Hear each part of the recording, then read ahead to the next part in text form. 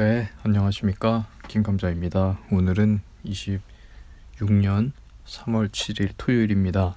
네, 이번 주는 이렇게 막 눈비도 오고 그런 궂은 날씨가 이어졌는데 또 주말에는 또 봄 기운이 느껴집니다. 이미 그 경칩도 지나고 우수도 지나고 봄이 왔죠. 네, 그래서 날씨는 점점 봄 기운을 느낄 수 있는 좋은 시간들입니다. 네. 이번 주에 또 책을 완독을 했습니다. 네. 제가 이제 아이러니하게 힘들수록 책을 더 도끼로 보고 있습니다. 그렇게 되네요. 그러니까 좀 정말 동아줄입니다. 마지막 남은 동아줄. 이제 그 부모님이나 그러니까 부모님이죠. 부모님 가족 요들과 그리고 그거를 제외하면 어떠한 것도 나를 버티게 할 무언가가 없어서, 물론 뭐 유튜브를 보는 거, 내가 좋아하는 컨텐츠를 찾아 듣는 그 주체적인 그러니까 주체성이 가장 중요한 것 같아요. 저한테 늘 내가 주체적인가 그렇지 않은가, 그게 늘 그 좋고 나쁨의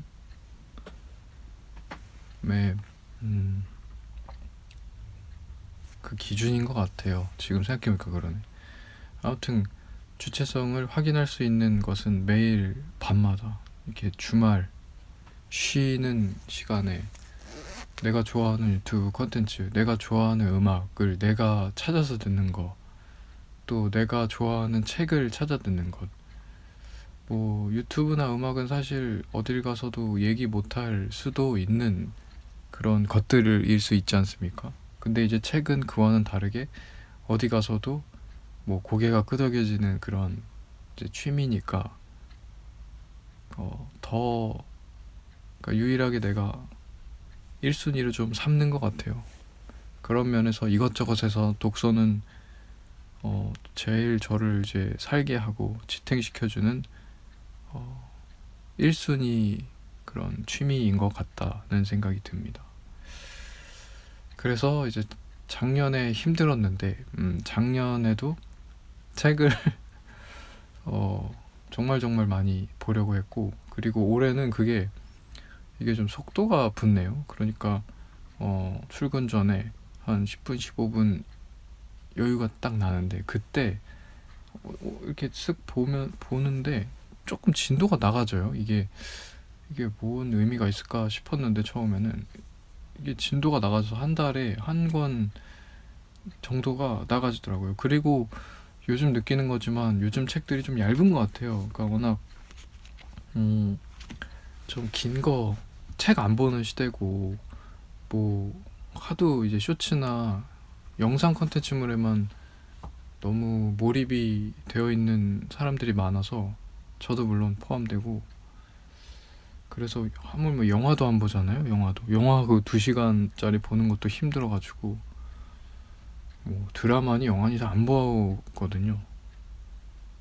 그러니 뭐 책도 마찬가지 아니겠습니까? 그래가지고 요즘은 보면은 한 200쪽을 250쪽 안쪽에서 맨날 책이 나오는 것 같더라고요.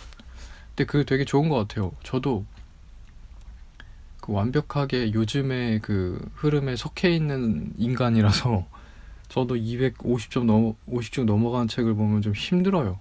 그러니까 좀 그 보기가 좀 엄두가 안 난달까? 어제 잠깐 보니까 장강명이 그 한 번쯤은 벽돌책인가?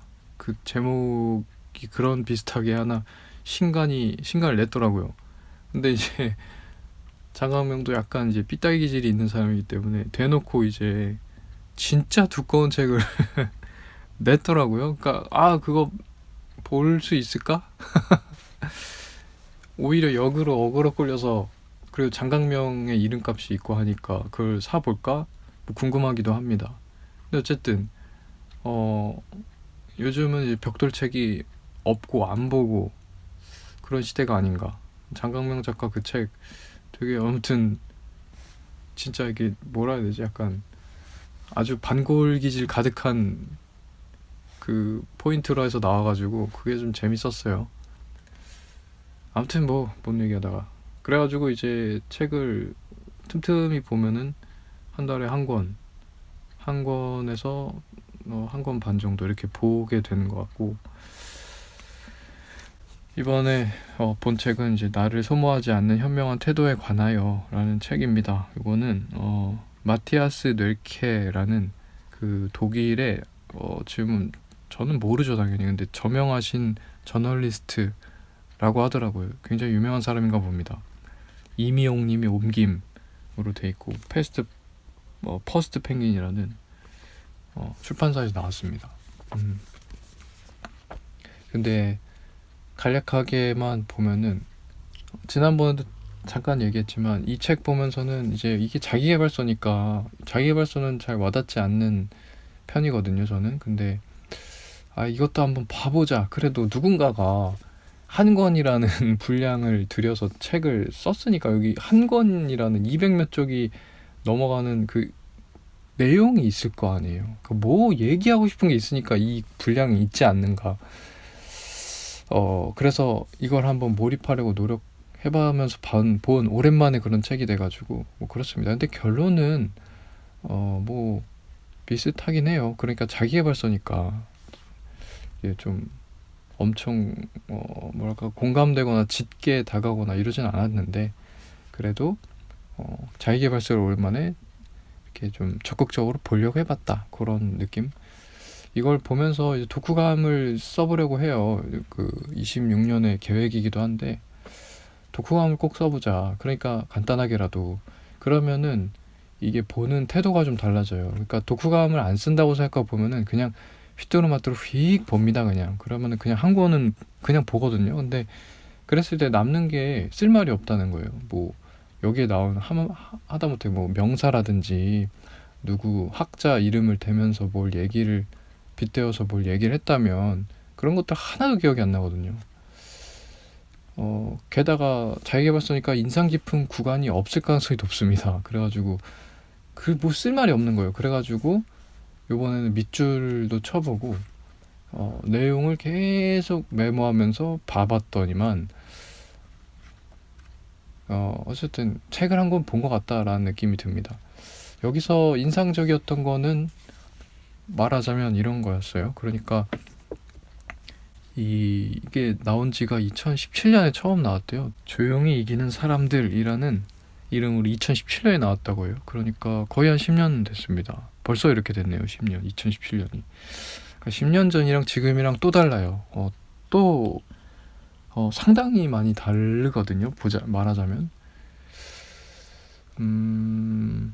그래서 그때만 해도, 그리고 동서양이 조금 다르니까, 이 사람 독일 베이스니까, 독일 그 서양 사람들은 보통 그 남의 눈치 잘 안 보니까 성공을 하든 안 하든 이제 남의 눈치를 안 보면서 자기 위주, 자기 가족 위주의 행복을 바라는 그런 행동들을 하면서 살 가능성이 높아서, 이게 성공한 사람들이 그렇게 행동하면은 이제 꺼드럭대는 것처럼 보일 수도 있겠다라는 생각이 들어요. 자세히는 모릅니다. 저는 안 찾아봤지만. 근데 서양 사람들 특유의 그런 개인주의, 전혀 저는 나쁘게 보지 않고 좋게 보는데 오히려 그게, 근데 잘못하면 그렇게 나 성공해서 자랑하는 것 같이 느낄 수가 있을 거란 말이죠. 그런 맥락에서 썼을 것 같고, 그치만 우리나라로 옮겨와서 생각해보면 우리나라는 다르다는 거예요. 우리나라는 이 성공하는 것에도 그렇지 않더라도 어쨌든 남의 눈치를 보는 사회 분위기잖아요. 그러니까 성공을 했다고 해서 너무 티를 내고 자랑하면은 이게 그게 유명인일 경우에는 나락을 간단 말이에요.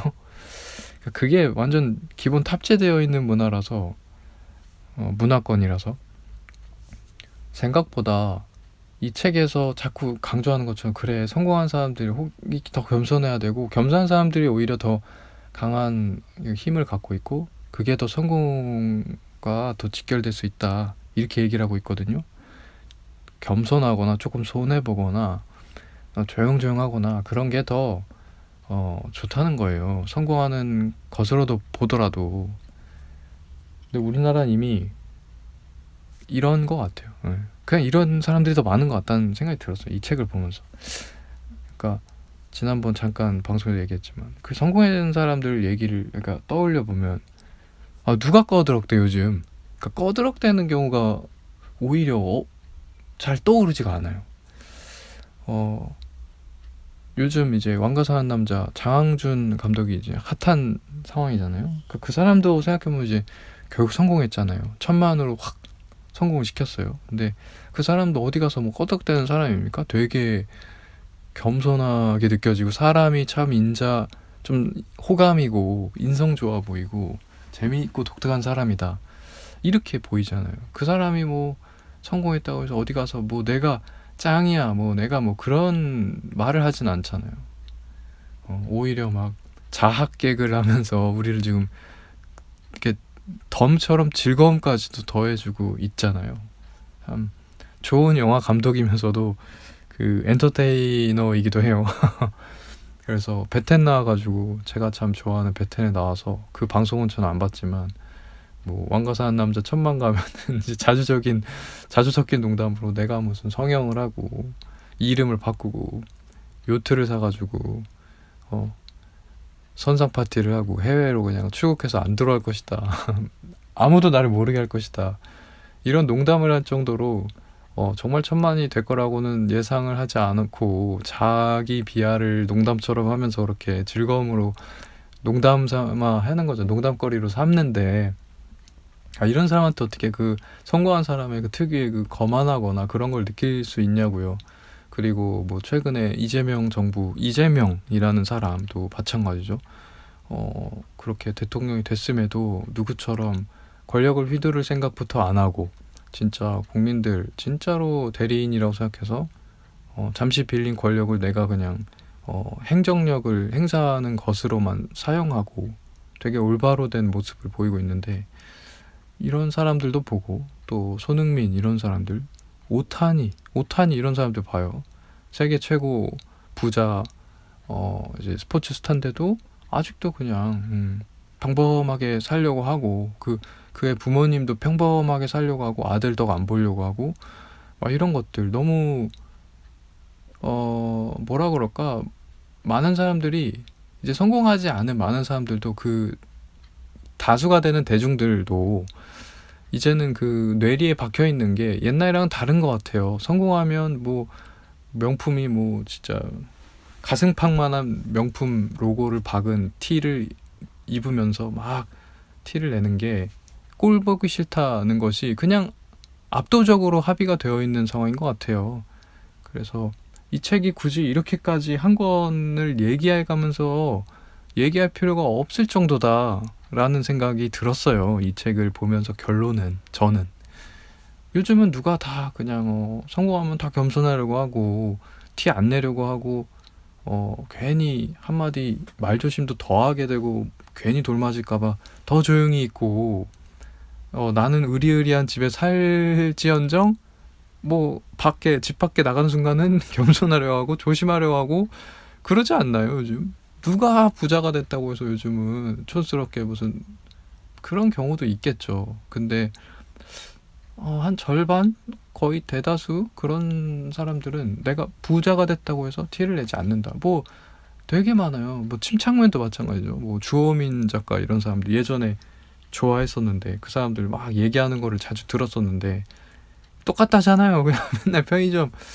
그러니까 그 버는 규모가 그 전에도 잘 나갔던 만화 작가인데도 그때도 부자였을 거예요. 근데 그 이상으로 부자가 이제 엄청난 부자가 됐는데도 쓰레빠 신고 다니고 똑같이 그냥 여러 사람들이 먹는 그 햄버거 먹으면서 그냥 노가리 까고 그거에 대해서 맛평가하면서 장난치고 물론 이제 그 모델이 돼가지고 또 광고료도 받는 그 뭐 대단한 성공한 사람이 됐습니다만 뭔가 하는 행동, 실제로 생각하는 바 이런 것들은 크게 이제 다르지 않은 모습에 대중이 더 공감하고 나를 더 투영해서 담고 하려고 하고, 그러다 보니까 그 사람 말하는 거 공감 때도 더 높아서 재밌어 하고 더 그런 거잖아요.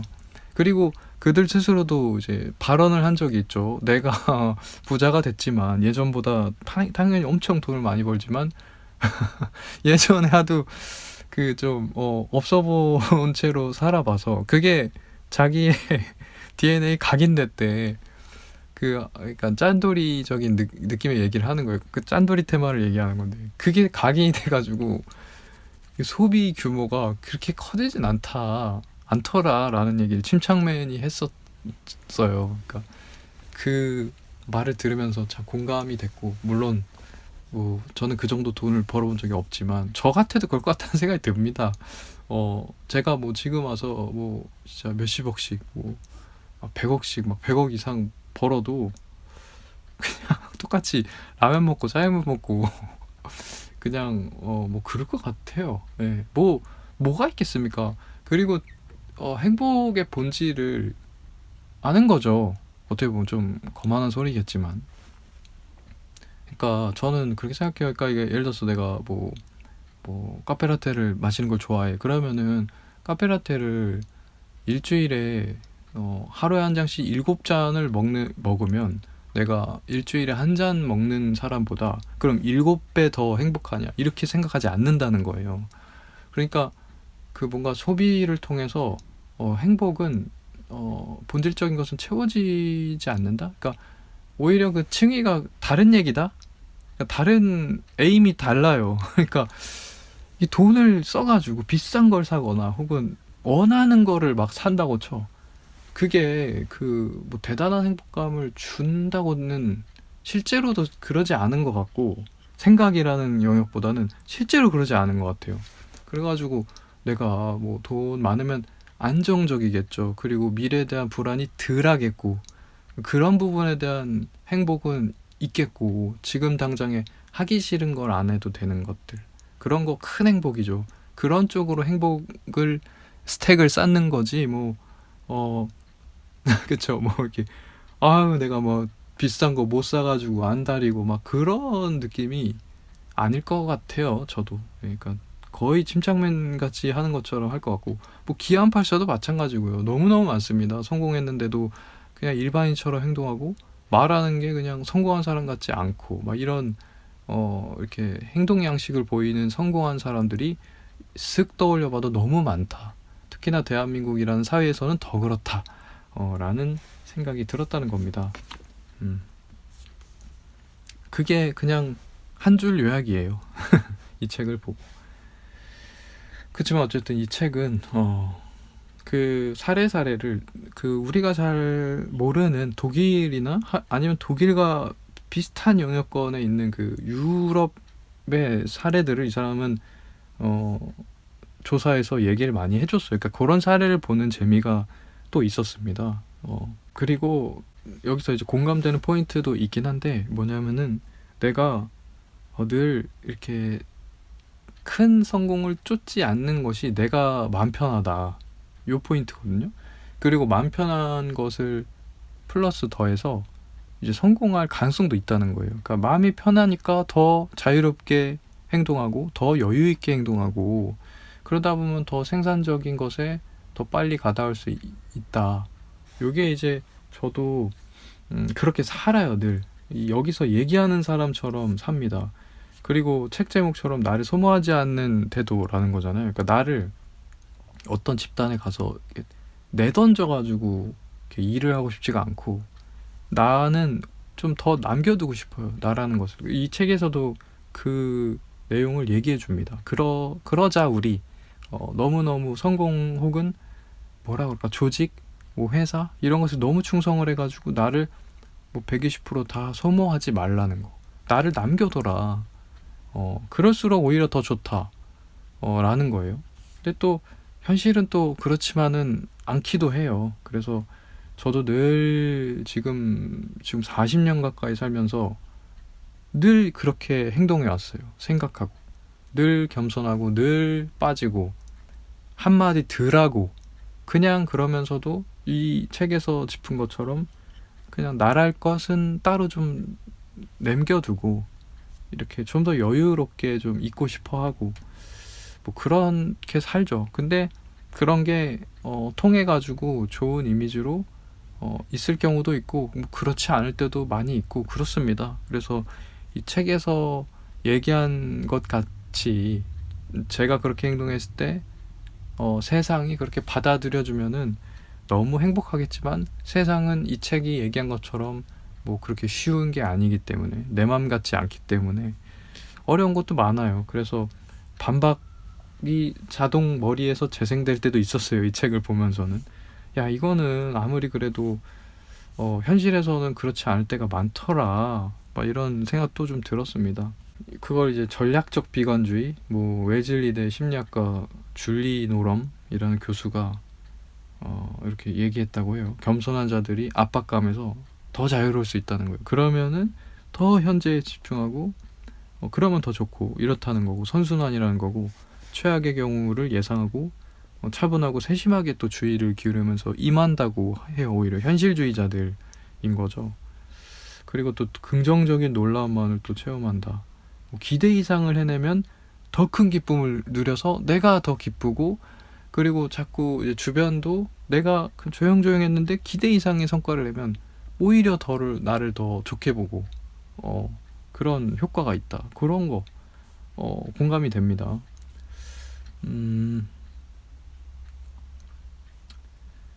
그리고 또 성공을 하면 이제 다 지가 잘해서 잘 됐다고 하는 경우가 많다라고 하는데 이것도 역시 요즘은 누가 그런 말을 합니까?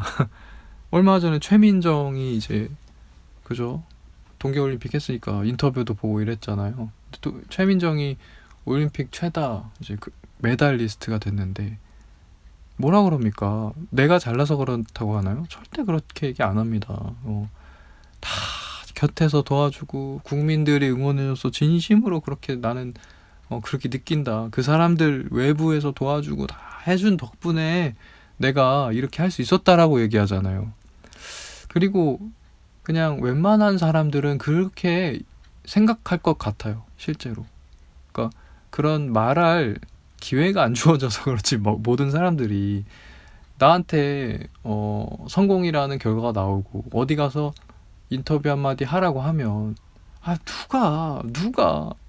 누가 내가 그냥 나 잘나가지고 잘 됐습니다 이렇게 얘기할 사람이 어디 있을까요?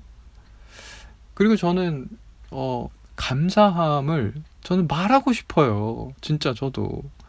그러니까 정말 그 엄마 아빠 감사하고 또 물론 요즘은 저는 감사할 일이 많이 없긴 합니다. 실제로.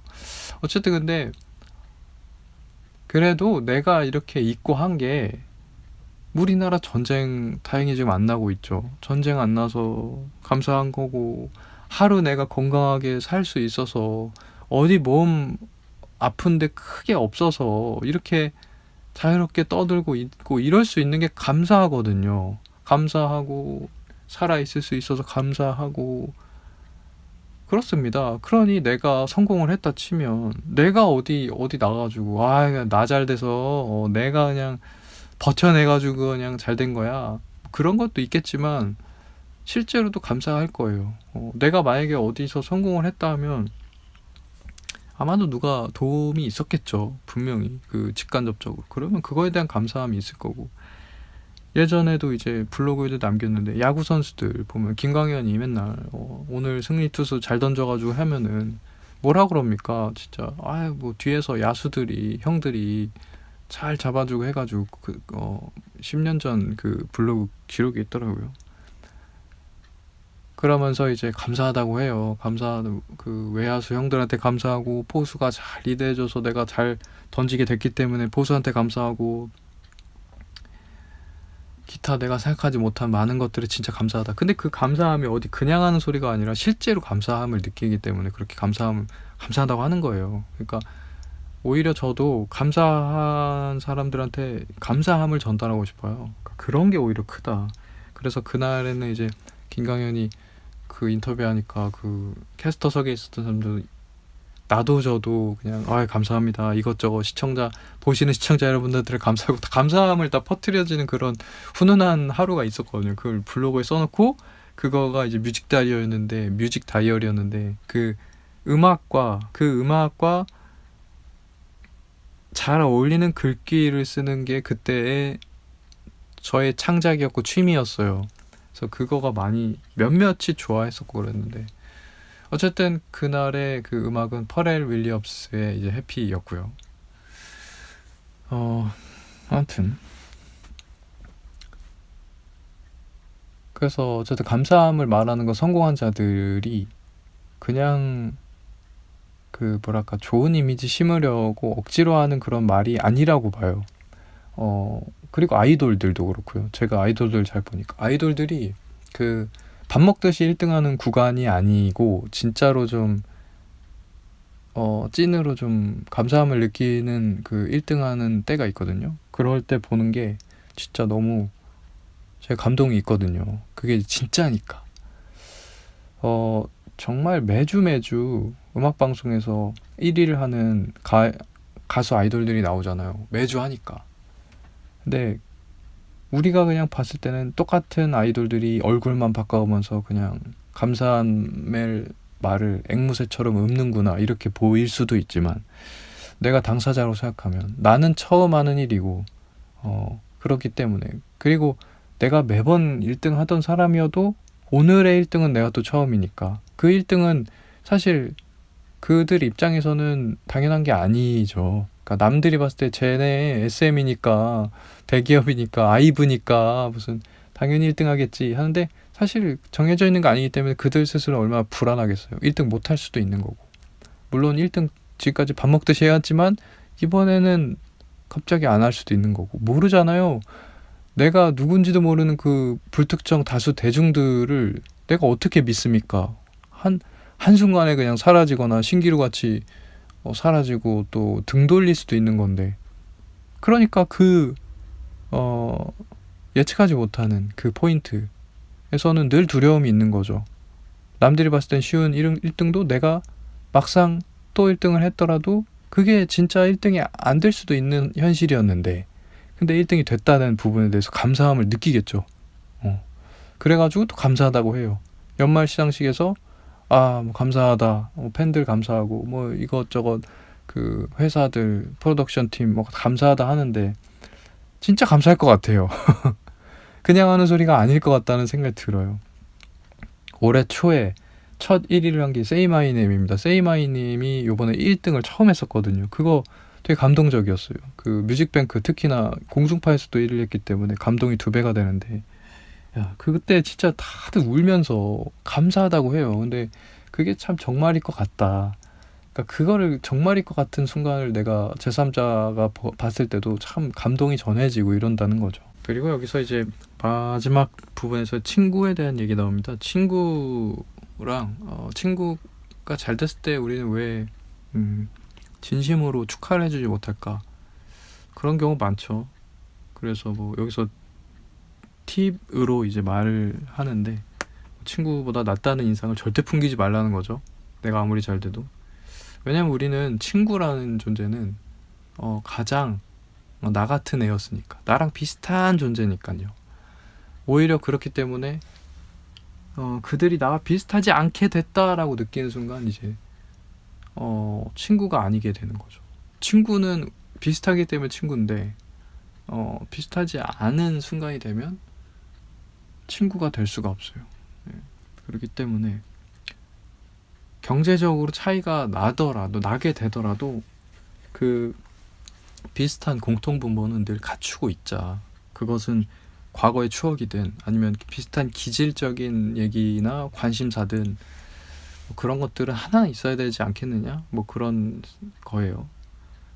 공감이 되죠. 저도 사실 이제 몰랐어요. 제가 이제 순진하고 늘 순수한 편이기 때문에 늘 이제 좀 뒤늦게 깨닫는 편이 많고 30대를 산다는 것에 대해서는 이제 저 같은 경우는 진짜로 많은 것들을 잃어가면서 lose, 이룬다는 게 아니라 잃는다는 거예요. 잃어가면서 깨닫고 있습니다. 30대라는 것을. 이제 실전인 거죠. 인생은 실전이다 라는 거. 그러니까 친구를 잃어갑니다. 저는 지금 실시간으로 잃어가고 있다는 생각이 들어요. 30대 후반이 들어서는 더 굳어지고 있어요. 아닌가? 긴가? 이렇게 하다가 지금은 굳어진 것 같아요. 맞구나. 나는 이제 좀 배제가 되는구나. 근데 아무리 그래도 친구였는데, 그리고 나는 그 친구들 무리에서는 그래도 이렇게 뭐랄까 좀 영향력이 있거나 존재감이 있었던 축의 캐릭터였다고 생각이 드는데, 뭐 그러니까 내가 어떻게 되든 재산이 얼마가 되건 혹은 경제적 규모가 어떻게 되든 그들이 나를 떠나진 않을 거야 라고 바보같이 믿었어요. 근데 그러지 않은 것 같다는 생각이 들어요. 그러니까 뭐 이렇게 그 친구들이 뭐 경제적으로 내가 부자가 안 돼서 떠났다기보다는 그냥 그들은 이제 벌이가 훨씬 많고 이제 재산을 취득하고 이러면서, 그리고 결혼하고 애 낳고 사는 그 전형적인 30대 같은 모양새로 살아가고 있기 때문에 저랑 차이가 난다는 거예요. 이제 저는 이제 결혼 못하고 집도 없고, 그리고 뭐 재산도 없고 일자리도 뭐 변변치 않고, 이러다 보니까 이제 나라는 사람이랑 얘기할 게 없는 거예요. 그러니까 뭐 얘가 그냥 이렇게 뭐라 하지, 그냥 떨어지는 게 아니라 그냥 그 소위 말해서 이제 싸가지 없는 마음으로 이 새끼는 배제 이렇게 군다는 게 아니라, 잘 지내고 싶지만 딱히 할 말은 없잖아요. 그리고 저 스스로 느끼는데, 그들과 만나거나 이제 그들 아니더라도 많은 사람들 만났을 때 제가 나이에 비해서 그 나이에 비해 뭐라 해야 되냐, 그 나이 사람들 평균에 모습에 미치지 않는 모습으로 살다 보니까 이렇게 언밸런스해요. 그래가지고 이 정도면 이렇게 하면은 네 하고 티키타카가 돼야 되는 상황인데 나는 모른단 말이에요. 몰라요 실제로. 그러니까 그러니까 이게 좀 설명하기 어려운데 대화할 게 없다는 거죠 뭐. 그리고 그들 입장에서는 저도 이제 이해가 되는 게, 다 건너왔어요. 그거를 그냥 건너서 그냥 터널을 통과했단 말이에요. 근데 터널 안에 아직도 갇혀있는 사람을 봤을 때 무슨 말을 할 수 있겠나요? 힘내라, 터널 뭐 나올 수 있을 거다 들어줘야 되고, 공감하고 마음을 오픈해가지고 막 터놓고 얘기할 수 있는 대상이기보다는 힘내, 나올 수 있을 거야, 다 해봤어, 이런 느낌이 되니까 대화 자체가 뭐 전혀 즐거울 수 없기 때문에, 그래서 연락이 이제 끊어지는 거죠. 예. 단톡방은 있지만 연락이 끊어진 겁니다. 사실은 어떻게 지냈는지 모릅니다. 그리고 그들도 내가 어떻게 지내는지 모릅니다.